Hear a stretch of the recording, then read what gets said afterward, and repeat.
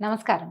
మాఘపురాణం 17వ రోజు పారాయణలోకి వచ్చాం. కప్ప రూపాన్ని వదిలిన మునికన్యక లాంటి స్వరూపంలో ఉన్న ఆమె తన కథని గౌతమ మహర్షికి తెలియజేస్తుంది. ఈ కథని మనము వశిష్ఠ మహర్షి ద్వారా దిలీప మహారాజు వింటున్న కథగా చెప్పుకుంటున్నాము. అయితే ఈ అమ్మాయి ఏం చెప్తుందట ఆ స్త్రీ, ఓ మహర్షి, మాది గోదావరి నదీ తీరాన ఉన్న ఒక కుగ్రామం. నా తండ్రి పేరు హరిశర్మ, నా పేరు మంజుల. మాది సద్బ్రాహ్మణ వంశం. మా నాన్న సదాచార సంపన్నుడు.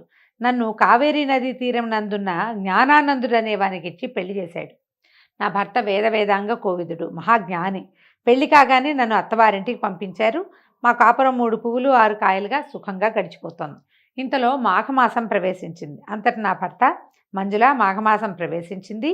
ఇది అత్యంత పుణ్యమాసము. పవిత్రమైన ఈ కాలాన్ని మనం దుర్వినియోగపరచవద్దు. నా బాల్యం నుంచి ఈ మాఘమాసంలో క్రమం తప్పకుండా మాఘస్నానాలు చేసి పూజా విధానాలు చేస్తూనే ఉన్నాను. కాబట్టి మనిద్దరము ఈ మాఘస్నానాల్ని తప్పకుండా చేయవలసిందే. ప్రతిదినము కావేరీ నదిలో స్నానం చేసి పూజలు చేయి.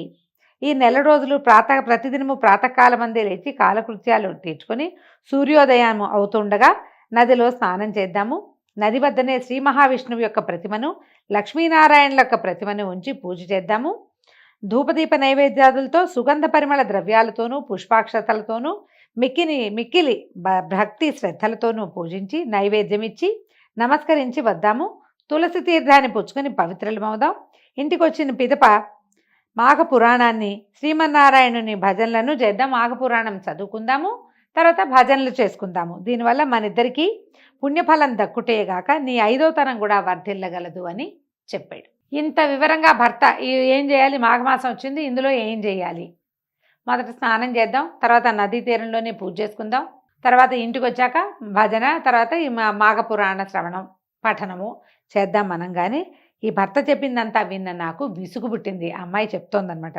నా భర్తను చులకనగా చేస్తూ, ఏమిటి నేను తమతో పాటు ఈ చలిలో స్నానం చేయాలా, బాగానే ఉంది, ఏలేశ్వరం వెళ్ళినా శనేశ్వరం తప్పలేదన్నట్టు భర్త దగ్గర నా సుఖపడదామని వస్తే ఇక్కడ కూడా నాకు ఈ పూజా పునస్కారాలేనా, నేను రాలేను. పుణ్యం మాట దేవుడెరుగు. ఈ మాఘమాసం అంతా చలి విపరీతంగా ఉంటుంది. చన్నీటి స్నానం చేస్తే గుటుకుమంటం ఖాయం, కాబట్టి నేను రాలేను. అయినా ఎందుకు వచ్చిన ఈ పూజలు పునస్కారాలు, వీటి వల్ల ధన నష్టం, సమయ నష్టం తప్పిస్తే ఒరిగేదేమీ లేదు. కాబట్టి నా మాట విని నీ అభిప్రాయాన్ని మార్చుకో. సుఖంగా ఉన్న ప్రాణాన్ని దుఃఖాన్ని ఎందుకు పెట్టుకుంటావు అంటూ హీనంగా మాట్లాడాను. నా భర్త కడు శాంత స్వభావుడు, అంచేత నేను హద్దు మీరటం సహజం కదా అంటే ఆయన శాంతంగా ఉంటాడు. ఈ అమ్మాయి గైమని గొంతేసుకుని పడిపోతుందన్నమాట. సరే, దీంతో అంత శాంత స్వభావుడు ఆగ్రహించి, నా భర్త ఒసే పాపాత్మురాలా, సద్బ్రాహ్మణ కుటుంబం నుంచి వచ్చిన నీవు నా వంశాన్ని ఉద్ధరిస్తావనుకున్నాను. నువ్వు ఇలాంటి మూర్ఖురాలు అనుకోలేదు. దైవద్వేషమని తెలిస్తే నేను అసలు పెళ్ళే చేసుకునేవాడిని కాదు. నువ్వు ఇంకా నాతో ఉండద్దు. దైవాన్ని దూషించే వారికి నా ఇంట్లో స్థానం లేదు. పో. మాఘమాస వ్రతం నీకంత హీనంగా కనపడిందా?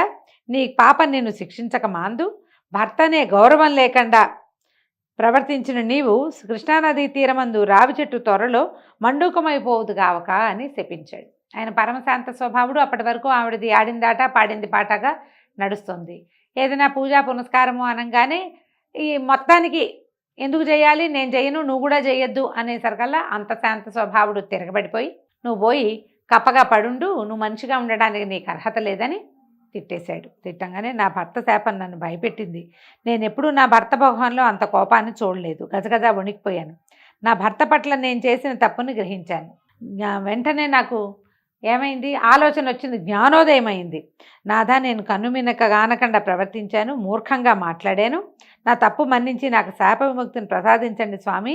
నేను పశ్చాత్తాపంతో పరితపించిపోతున్నాను కనుక నా యందు దయించి మరలా మిమ్మల్ని ఎట్లా కలుసుకోగలను సెలవియ్యండి అంటే. ఇప్పుడు కప్ప అయిపోయింది, ఎంతకాలం ఇలా జీవించాలి, మళ్ళీ భర్తను ఎప్పుడు చేరతాను అని ఏడ్చి పరిపరి విధాలుగా నా భర్తని ప్రార్థించాను.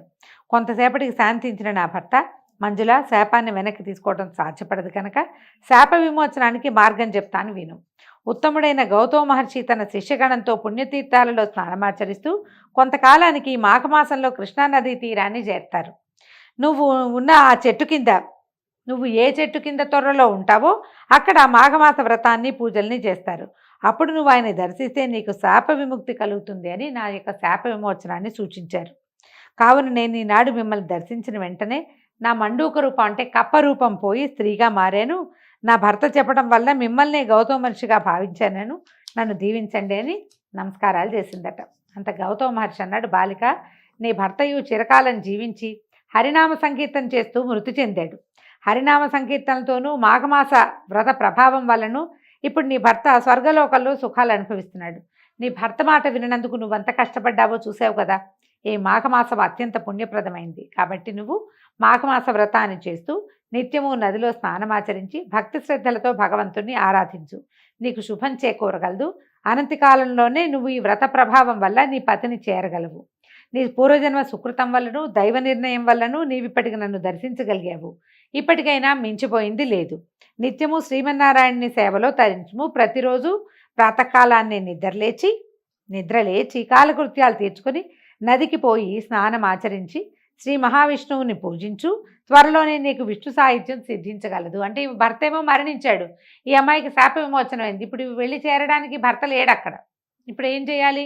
భగవత్ సేవలో కాలక్షేపం చెయ్యి. ఏ మాఘమాసాన్నైతే నువ్వు అవజ్ఞగా మాట్లాడి ఈ స్వరూపాన్ని తెచ్చుకొని ఇంతకాలం భర్త సేవకి దూరం అయ్యావో అది నీకు మళ్ళీ లభించాలంటే మళ్ళీ కొంతకాలం నువ్వు ఇక్కడ జీవించి ఉన్నందుకు భగవంతుని సేవించి అంత్యకాలం తర్వాత మళ్ళీ నువ్వు భగవంతుని చేరతావు. అక్కడ నీ భర్తని నువ్వు చేరతావు అని సెలవిచ్చాడు.